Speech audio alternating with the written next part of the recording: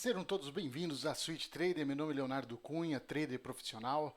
Vamos começar aqui no dia 19 de 1 de 2025. Mais um cenário neste domingo, cenário econômico, falando de uma forma macro aí do que aconteceu na semana passada e o que pode acontecer nessa próxima semana. E digo já de passagem que tem muitas coisas muito interessantes para acontecer. E aproveito antes de começar, pedindo para você que ainda não se inscreveu, se inscreva na nossa rede social, se inscreva no nosso canal, curta aí, ativa lá o sininho e se você ainda não nos segue no Instagram e no Facebook, siga. É uma forma de você aí estar atualizado com algumas informações. Tem coisas muito boas para chegar, né? Aí de informação essa semana sobre treinamentos, sobre expectativas de como vai estar o mercado, entre outras coisas. Eu aproveito da minha oportunidade para falar para você que nós temos aí no nosso canal já 6 aulas. Logo, logo vamos ter mais 2, né? Até a nona de um grupo de um treinamento básico, introdutório aí sobre mercado financeiro, onde você vai poder ter algumas informações relevantes para que você comece a entrar nesse mundo e entendendo um pouquinho a minha realidade profissional e quem sabe se torne aí a sua realidade profissional também. Então, se você gostar do nosso conteúdo, se inscreva, curta, que é uma forma da gente dar continuidade em tudo que a gente faz, o que eu faço, sempre com muito carinho, com muito prazer para você. Vamos começar, pessoal? Nosso cenário? Bom, começando aqui, ó, cenário da semana, certo? Como que foi a semana anterior, a semana passada, né? Como que eu formei aí o meu panorama para formar esse cenário? Eu sempre digo que cada semana é um capítulo, né? É, e também cada dia tem uma novidade nova, tem um fato que aconteceu, tem uma agenda que foi colocada que a gente já tinha ideia de como ia acontecer. Então, como que eu faço o meu preparativo, né? Eu sempre faço semanalmente, entendendo como que vai ser no mês. E no mês, nós estamos no meio do mês, né? Estivemos aí no meio do mês, estamos ainda, né? No meio do mês, do dia 12 ao dia 17, eu coloquei como uma semana fraca. Até tá frava ali, mas desconsidera, é fraca. E aí eu separei que do dia 12 ao dia 17, o domingo iria ser uma noite bem fraca, segunda-feira um dia fraco, na terça um dia bom, entendeu por que que era bom, né? Nós tínhamos aí a questão de indicador, quarta-feira um dia bom, quinta e sexta um dia médio, né? Então como que o mercado poderia estar se comportando sobre esses aspectos? Com atenção sobre 2 pontos de indicadores, que era o PPI e o CPI, né? Que é para o produtor e para o consumidor. PPI para o produtor, CPI para o consumidor. Então, como que estava nivelado a questão inflacionária para esse grupo, certo? Bom, e aí começou a semana. Na semana eu listo sempre o que eu entendo que possa ser relevante, né? Então, no domingo nós tínhamos a balança comercial, daí na segunda-feira, na China, né? Na segunda-feira, a única coisa que estava apontada para mim aqui é uma expectativa de inflação ao consumidor, né? Então não tinha porque tinha muito movimento, não tinha por que ter movimento naquele dia. Mas na terça-feira teríamos o PPI, né? Além de discursos e o estoque de petróleo. Eu falo do petróleo, pessoal, e eu tenho falado bastante aí de uma forma bem clara que o petróleo ele vinha, e aí não vou até mostrar mais para frente, vou esperar. Vamos mais para frente que eu falo sobre petróleo. Quarta-feira, o CPI na zona do euro, né? Discurso novamente, o livro bege nos Estados Unidos e a taxa preferencial na China. Na quinta-feira, pedidos iniciais de seguro-desemprego, núcleos de venda no varejo, essas coisas, esses pontos eram pontos bastante importantes, né? E na sexta-feira, o CPI na zona do euro e também construção de novas casas, que é a diferença de licenças. Eu falo bastante sobre isso, né? Você ter licença é uma coisa, você construir é outra.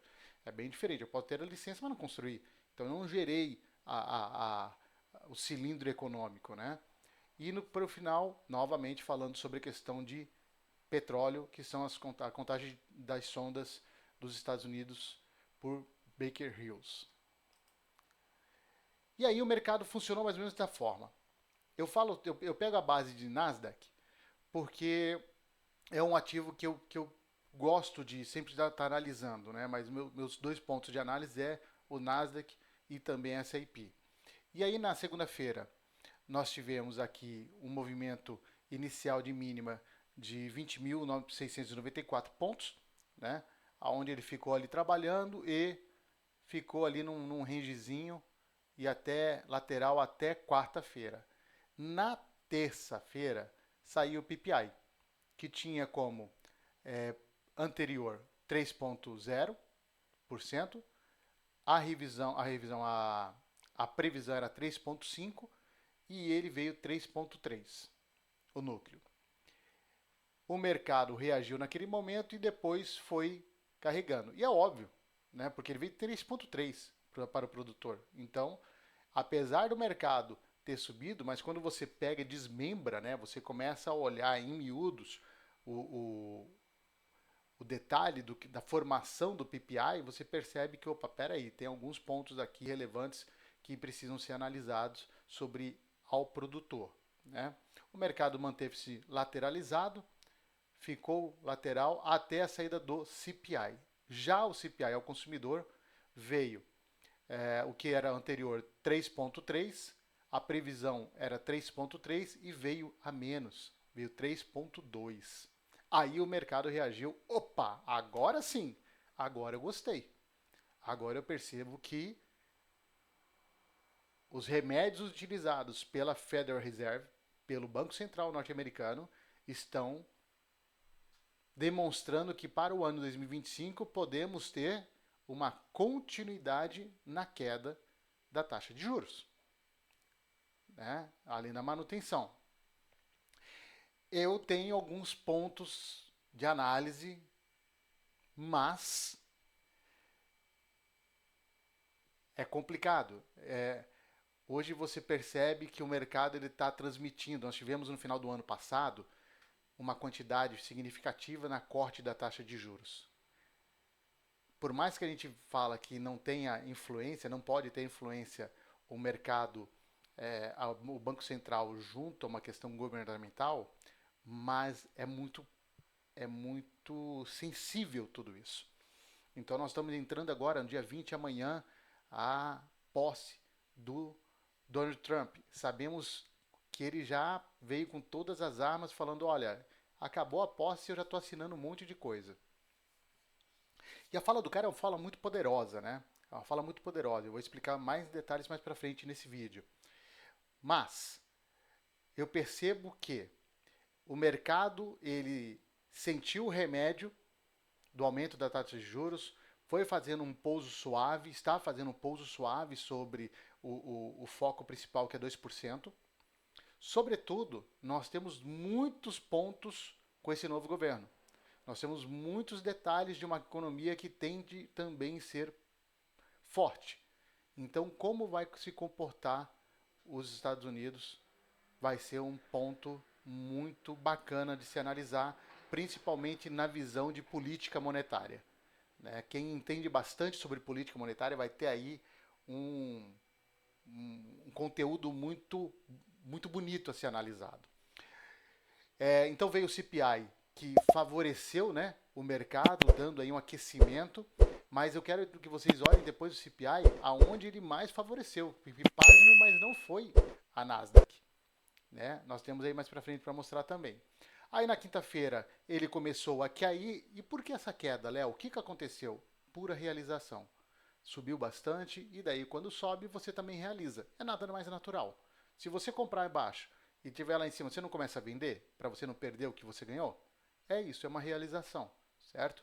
Quando chega na sexta-feira e às 9 horas sai uma notícia do Gabinete de Segurança de Israel aprova acordo de cessar fogo em Gaza. Na verdade, aprova acordo de cessar fogo em Gaza. Não significa que eles vão, pelo que eu entendi e entendo, nós temos a questão do Hamas. Uma coisa é Gaza, Palestina, o povo palestino. Outra coisa são os terroristas de Hamas, certo? Mas mesmo assim o mercado imediatamente começou a responder. E o petróleo também começou a responder. Tanto é que o petróleo que vinha na casa dos 68 dólares, tchup, chegou a 80 dólares. Né? Ah, quando foi mais ou menos umas 9h30, 9 alguma coisa, 9h10 eu acho, e início saiu o indicador de início de construções é, de moradias nos Estados Unidos. Novamente eu estou falando. Por quê? Uma coisa é a licença, outra coisa é começar a construir. Né? E a previsão dele acabou mostrando que o mercado estava aquecendo, está aquecendo sobre esse aspecto. E o mercado entendeu de forma interessante e subiu e bateu a sua máxima na semana, tá? De 21.639 e ficou depois de ladinho. Certo? Pessoal, continuando aqui, eu trago para vocês a visão sobre o movimento do petróleo, porque é uma coisa que eu tinha falado lá atrás, que o petróleo vinha naquela faixa lá de 68 dólares, 67, 68, 69, e a gente sabe que a casa é de 70 dólares do WTI. E veio aí a notícia de que o OPEP pode explorar a capacidade ociosa para atender a demanda por petróleo. Então a OPEP já mostrou o seguinte: olha, eu vou explorar essa capacidade porque eu sei que tem uma demanda. Se eu aumento se eu crio aí essa possibilidade de aquecer, né, vou produzir mais, eu crio uma possibilidade de, do mercado efetuar a compra. Mas eu entendo que existe uma ociosidade, quer dizer, eu entendo que existe uma falta. Como existe uma falta, eu exploro isso e falo isso, né? O mercado acaba ganhando força e ele saiu de 72 dólares na segunda-feira, né, lá no dia 9, perdão, no dia 9, acho que foi sexta, se não me engano, e chegou a bater a máxima de 80 dólares. Depois se acomodou novamente lá na região dos 76, alguma coisa assim, 77 dólares. Com detalhe, na quarta-feira saiu também a notícia da OPEP falando o seguinte: produção de petróleo bruto do Irã caiu em 12 mil barris por dia em dezembro para 3 mil barris. De 12 mil caiu para 3 mil, a produção de petróleo do Irã. Você consegue entender que esse ataque, essa situação, ela vai muito além? Ela vai muito além de um cessar-fogo. Entendeu? Ela vai além de uma questão humanitária. Ela vai muito também na questão de guerra comercial. O relatório mensal da OPEP diz o seguinte: a OPEP prevê um crescimento na demanda global por petróleo em 2026 em 1,43 milhões de barris. Então a OPEP já percebe que em 2026 vai haver um crescimento, né, para a previsão de 2026. Então, havendo esse crescimento, consequentemente, existe um controle na sua produção. E aquela velha premissa de que a oferta e a demanda, elas são ali correlacionadas inversamente, né? Quanto mais eu oferto, mais eu tenho, aumenta a minha demanda e assim por diante. Né? Então é uma questão bem comercial entre oferta e demanda, entre a demanda e a oferta. A OPEP já percebeu que vai aumentar essa demanda, quer dizer, vai ter mais necessidade de compra, mais busca sobre o petróleo, sobre esse bem, em 2026. E se vai haver mais busca sobre esse bem, nós percebemos que para 2026 possa haver uma elevação no valor, já que o valor do barril de petróleo WTI já vinha um valor abaixo, inclusive da casa que a gente sempre tem ali como entendido, de 70 dólares a 100 dólares. Certo? Seguindo aqui. Na quarta-feira, por que eu fico falando direto dos resultados, né? O que acontece, dos motivadores? Eu falo muito sobre isso. Eu falo, pessoal, presta atenção, porque você que quer operar o mercado americano, até mesmo o mercado brasileiro, se você entende os indicadores, se você entende o horário que aquilo sai, você sabe, você consegue entender qual é o cenário e qual a probabilidade. Se sair X, vai acontecer isso. Se sair Y, vai acontecer isso, certo? Então existe uma previsão, existe algo que é possível acontecer, né? E na quarta-feira saiu o CPI. E com a saída do CPI, mostrou aqui, ó, os comerciantes preveem mais flexibilidade, né, do Fed após os dados do CPI em de dezembro. Os juros futuros de corte, os juros futuros de curto prazo dos Estados Unidos sobem após após os dados de inflação. Então, o que eu quero dizer é o seguinte: o que saiu de expectativa do CPI refletiu imediatamente. Essas bolinhas que vocês estão vendo aqui foi exatamente o horário e o momento que saiu a notícia, que saiu o indicador. Então ele demonstrou que a inflação está sendo uma inflação ao consumidor que está diminuindo o seu ritmo e diminuindo sua força, consequentemente menor. Então está dando mais flexibilidade econômica. O mercado, a bolsa, imediatamente disparou. E você pode reparar aqui que é o SP500. Por que eu estou mostrando essa questão do SP500? Certo? Não, no próximo slide eu vou estar falando por quê. Mas vamos continuar aqui. Ó. O CPI alimenta apostas de cortes do Federal, certo? Dos Fed Boys, e empurra o Wall Street para cima. Resumo do mercado dos Estados Unidos neste dia, que foi dia 15. Wall Street deu um suspiro de alívio depois da desaceleração surpreendente da inflação, que é o que eu acabei de falar. Desencadeou uma alta nas ações e a queda dos rendimentos dos títulos. Tá aí, ó. Olha lá. A alta e a queda dos títulos de 10 anos. Certo? Bom, e aí ele continua um resumo aqui mostrando que os membros criaram expectativas até a possibilidade, né, de ter um resultado de continuidade na queda, no corte da taxa de juros para sua meta, que é 2%. Eu acho um certo exagero, previsto a tudo que pode acontecer ainda nesse ano. Nós estamos no início do ano, nós estamos no início de um governo e a gente não sabe qual vai ser o comportamento. Uma das coisas que a gente já percebeu é a postura do Donald Trump e todo o seu grupo de governo mostrando a sua ação firme. E vocês querem ter uma ideia de o que é ação firme? Né? Eu não sei se está mais para frente, mas eu não me recordo, mas eu já vou citar logo.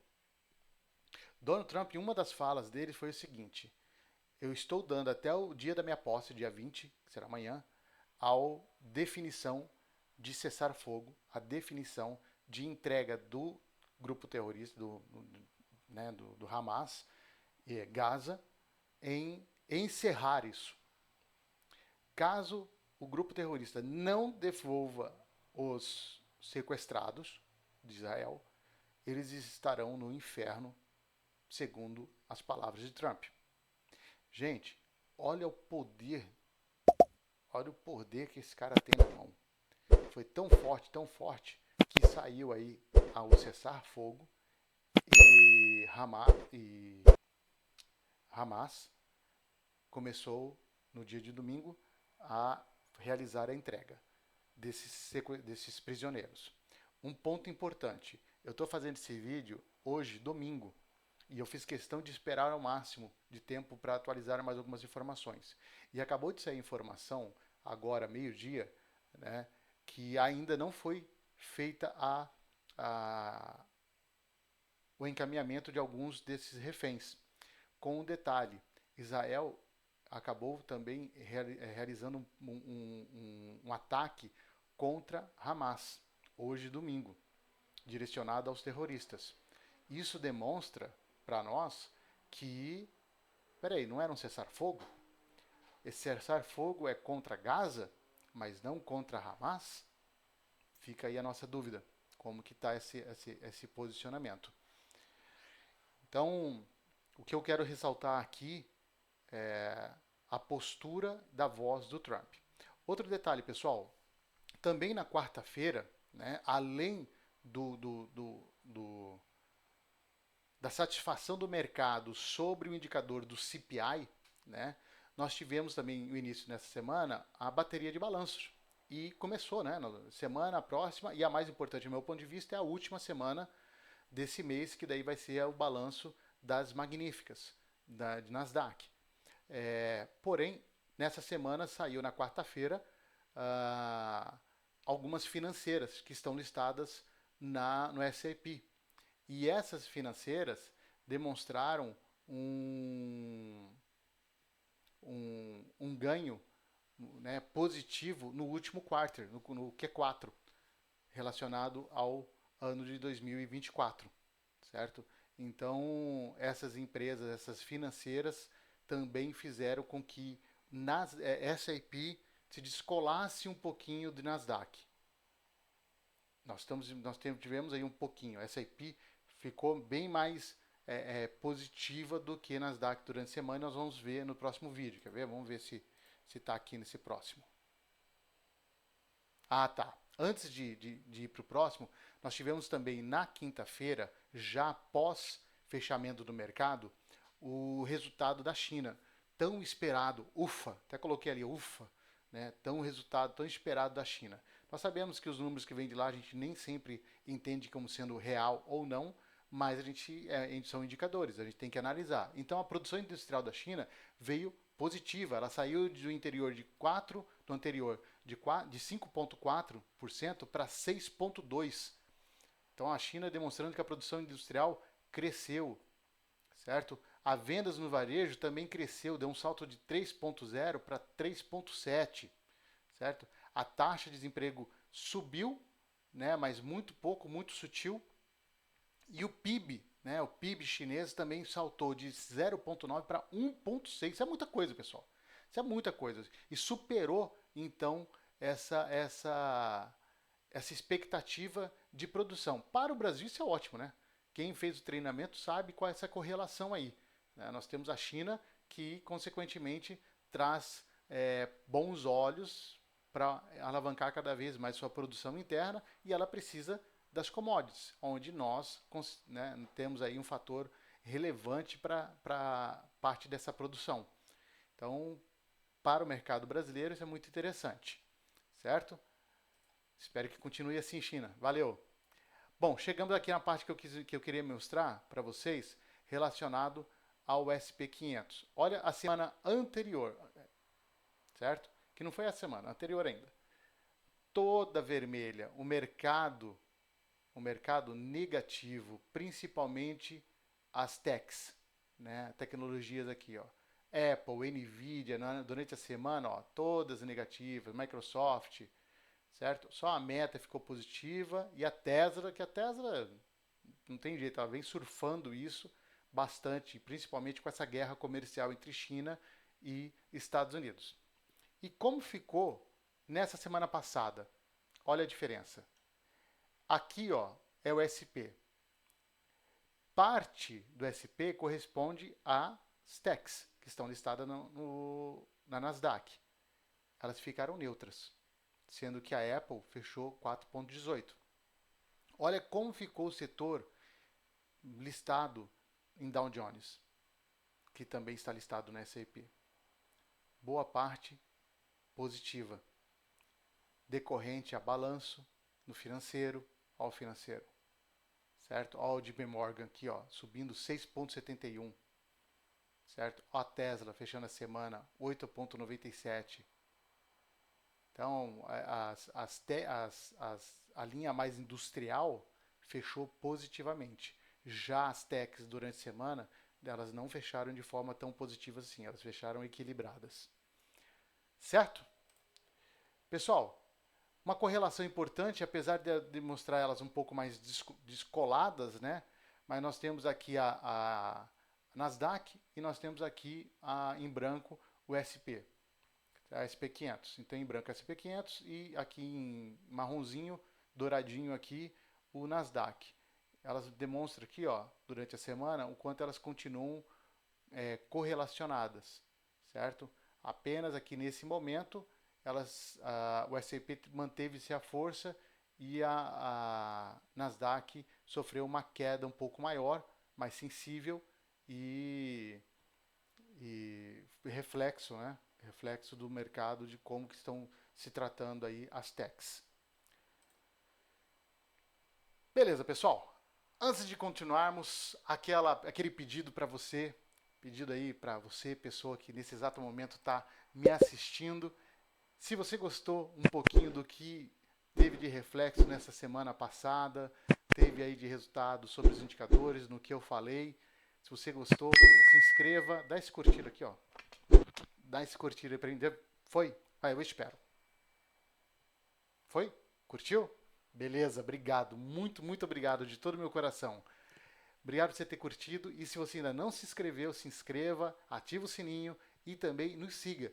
E se não for pedir muito, talvez você tenha aquele amigo que queira aprender sobre mercado, queira iniciar aí os entendimentos sobre mercado. Nós temos o curso lá que está de graça, pessoal, sobre introdução, né, o curso básico sobre mercado financeiro, já com 6 aulas. Vamos lançar aí mais 2 aulas durante a semana. E está ali à disposição sobre algumas informações. Então aproveite esse conteúdo, porque é um conteúdo que eu estou fazendo com muito carinho para você, certo? E em troca eu peço para que você nos ajude a divulgar também, a repassar. É uma forma da gente manter aí essa mão de relação gerando cada vez mais valor, certo? Então eu agradeço muito essa oportunidade. Vamos ver o que vai acontecer para a próxima semana? Próxima semana, do dia 19 ao dia 24, eu ainda entendo ser uma semana fraca. E por quê? Então, domingo, noite fraca. Segunda, dia fraco, mais fraco. Por quê? Porque no dia de segunda nós temos a posse do Trump. Já na terça-feira, a gente pode ter um movimento que refletiu segunda-feira, movimento decorrente à posse. E nós temos na quarta um dia médio, quinta dia médio e sexta um dia bom. Nós teremos também o PMI, certo? Que é aquele relatório que eles fazem sobre a questão dos gerentes de compra, né? Então consegue analisar como que vai ser a produção junto a esse grupo, né? De relatórios que eles acabam formando que gera o PMI. É uma informação para ter uma ideia como que vai ser a questão inflacionária na linha de produção deles, de compra e assim por diante. Então eu separei da seguinte forma. A agenda ficou, ainda permanecemos aqui com um novo horário, seguindo com os balanços, mas para mim ainda não são os balanços relevantes. O único balanço que vai ter relevante, do meu ponto de vista, é Netflix, mas não vai fazer movimento para o mercado. Eu não vejo que é tão relevante ao ponto de fazer movimento. Nós temos domingo China, taxa de preferencial de empréstimo. Isso me interessa. Por quê? Porque a China já vem agora mostrando bons resultados. Se ela melhorar ainda esse empréstimo, ela pode aumentar e aquecer mais. Olha a política monetária aí, gente. Aquecer mais o mercado. Segunda, está ali como euro, que é zona do euro, mas é Estados Unidos. Posse do Trump. Então é um dia que não vai ter nada. Ele pode refletir dependendo do discurso do Trump na hora que ele vai discursar. Mas aí os Estados Unidos está parado escutando o discurso. O mercado vai estar parado. É como se fosse um dia de um feriado. Entendeu? Então acredito muito que é muito arriscado uma operação, realizar operações amanhã. Acho muito arriscado. Né? Pode acontecer também sobre reflexo sobre Irã e Gaza. Então a gente vai. Irã não, é Israel e Gaza. Então a gente pode verificar ali fatos, mas não que tenha algo agendado como indicadores. Terça-feira, movimentação pós-posse. Até coloquei. Por quê? Deixei em negrito. Porque aí sim, na terça-feira, o mercado pode começar a reagir dependendo do que o senhor Trump venha fazer. Certo? Quarta-feira, nós teremos na zona do euro o discurso da presidente do Banco Central Europeu, da Christine Lagarde, e também, novamente, a questão do petróleo, que a gente não pode desconsiderar, certo? Quinta-feira, pedidos iniciais por seguro-desemprego. Eu tenho mantido isso, toda quinta-feira sai esse indicador e eu mantenho, porque a questão imobiliária e emprego é uma coisa que não está saindo do meu radar, não vai sair tão cedo pelo visto. Tem o estoque de petróleo e também tem o balanço do Federal. E na sexta-feira nós temos o PMI, tanto da zona do euro como também dos Estados Unidos, como o PMI do setor de serviços nos Estados Unidos. Aqui tem um detalhe importante que é a confiança do consumidor em Michigan. E depois a contagem das sondas dos Estados Unidos, Baker Hughes. Novamente petróleo. Pessoal, dentro dessa semana, terça-feira é um dia importante e sexta-feira é um dia importante. Os demais dias são dias que tem que tomar cuidado, e sendo que segunda-feira eu acho que não tem nem que operar. Tá? Esse acaba sendo a minha visão para esse cenário. Certo? Trazendo aqui algumas curiosidades, e já indo para a reta final do nosso cenário, né, nosso preparo da semana aí, cenário da semana, né? Eu trago uma imagem bem bacana que demonstra como que estava em 2023, né? A visão em 2023 sobre a geração de energia no mundo, tá? Fornecimento de energia no mundo, uma análise na geração global de energia. Então, o mundo, né, dando aí uma atenção muito significativa, 35% para o carvão, 22% para o gás natural. O que eu concluo com isso? A nossa atenção ainda sobre esses dois aspectos de produção de geração de energia, tanto do gás natural quanto do carvão. Então você que trabalha com petróleo, com o setor energético, dê atenção a esses dois setores, principalmente ao gás natural, ainda mais envolvendo a questão da Rússia junto à Europa, não necessariamente a Ucrânia, mas junto à Europa. Existe aí a questão das sanções e um dos atos do Trump é a listagem de novos cortes aí relacionado a alguns países, não só a China, mas também deve refletir a Rússia, entre outros países que os Estados Unidos têm desenhado bastante sobre isso. Mais uma curiosidade, pessoal, essa aqui, ó. Trump tem elevado muito o assunto das criptos. Então, ó, Bitcoin é o maior ganhador com a vitória eleitoral do Trump. E, de fato, Bitcoin disparou de tal forma, 39%. 39%. Essa notícia é atualizada dia 14 de janeiro deste ano, alguns dias atrás, certo? Demonstrando como que foi a alta. E depois teve a questão do S&P, do S&P 500, o índice do dólar, o próprio SP 500, né? O petróleo aqui em alta também, mas quem mais ganhou com a vitória do Trump foi a criptomoeda. E a gente está escutando muito sobre criptomoeda, principalmente com Elon Musk, né? Está escutando muito se falar das criptomoedas. Eu acho bacana, mas eu sou no que é muito bem fiscalizado ainda, que é o mercado americano, e a Bolsa de Valores. A criptomoeda, no meu ponto de vista, eu tenho uma certa cautela, porque eu não consigo ainda enxergar uma criptomoeda como ouro, entende? Existe ali, o ouro é um bem finito. Ah, mas a criptomoeda do Bitcoin também é finito, né? Ela para de minerar lá e depois fica o que tem. Sim, mas é confuso esse assunto.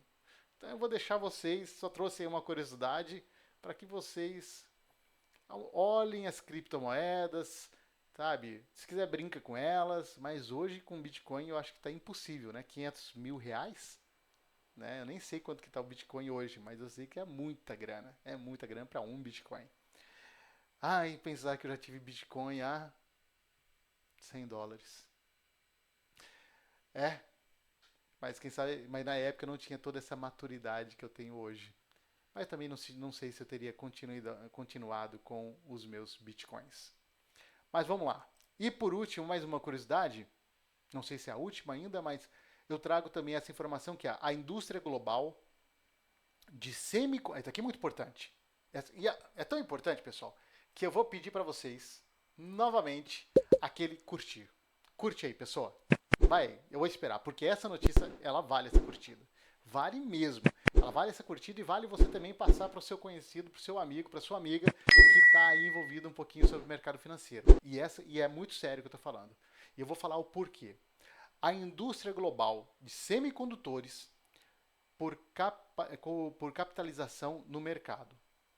Olha as empresas que você precisa ficar de olho e que envolve a produção sobre tecnologia. Nós sabemos que as empresas mais poderosas são as empresas de tecnologia hoje, são as mais poderosas. Certo? Essa é a penúltima curiosidade. Tem uma que também é muito relevante. E aqui destaca a NVIDIA, TSMC, olha com muito carinho a TSMC e a Broadcom. Essas três empresas são empresas que valem muito a pena estar no seu radar. Inclusive, pessoal, olha aqui, foca em mim aqui, ó. Inclusive o balanço dela. Vai sair o balanço. Olha o balanço dessas empresas. Essas empresas vão ter um ponto muito relevante e vai ser falado sobre elas, principalmente nessa guerra comercial entre China e Estados Unidos. Pode anotar aí. Tá? Então anota aí. NVIDIA, Broadcom e TSMC. E por último, e aí você vai entender o porquê, o que eu falei para vocês aqui? Ó? Titãs da tecnologia lideram alta do mercado de ações dos Estados Unidos no quarto trimestre, no Q4, né, de 2024. Olha a relação entre as duas notícias. Quais são elas? 1, 2, 3, 4, 5, 6. Então são as 6 magníficas. Tesla, certo? Tesla é a primeira. Isso é relacionado a Q4, que é o mês de outubro, novembro e dezembro de 2024. Tesla, Amazon, NVIDIA, Alphabet, que é o Google, não lembro se é a Meta, não lembro.